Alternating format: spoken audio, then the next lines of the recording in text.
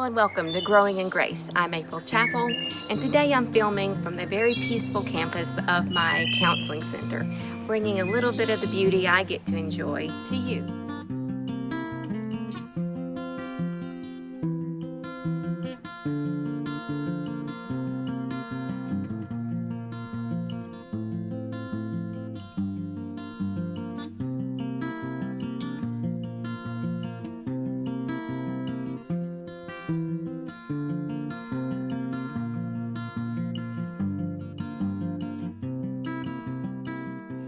This summer, I will be teaching on relationships, and I thought a good place to start this series would be to direct you to the scripture in Matthew 22, verse 36, 37, and 38.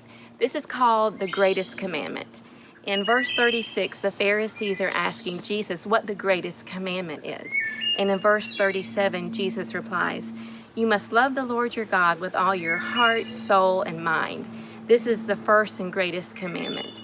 A second is equally important. Love your neighbor as yourself," which I take to mean love your neighbor and yourself.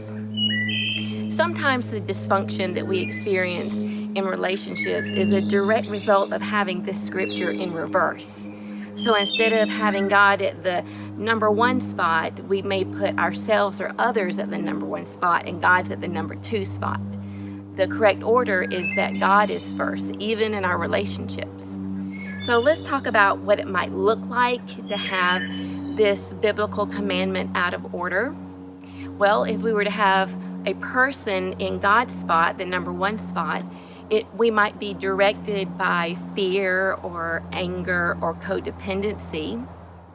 If we have ourselves in the number one spot, we may be driven by selfishness, where we just want things to go our way and we're not willing to compromise. Or it could be that we've carried anger for far too long and we're just not willing to extend grace and forgiveness. I hope maybe that you will give some thought to these scriptures before we begin our series, because getting this biblical commandment in proper order could bring immediate change to any dysfunction in your relationships. I hope this helps you. I look forward to meeting with you for our relationship series, Cultivating Connections, and I pray that you continue growing in grace.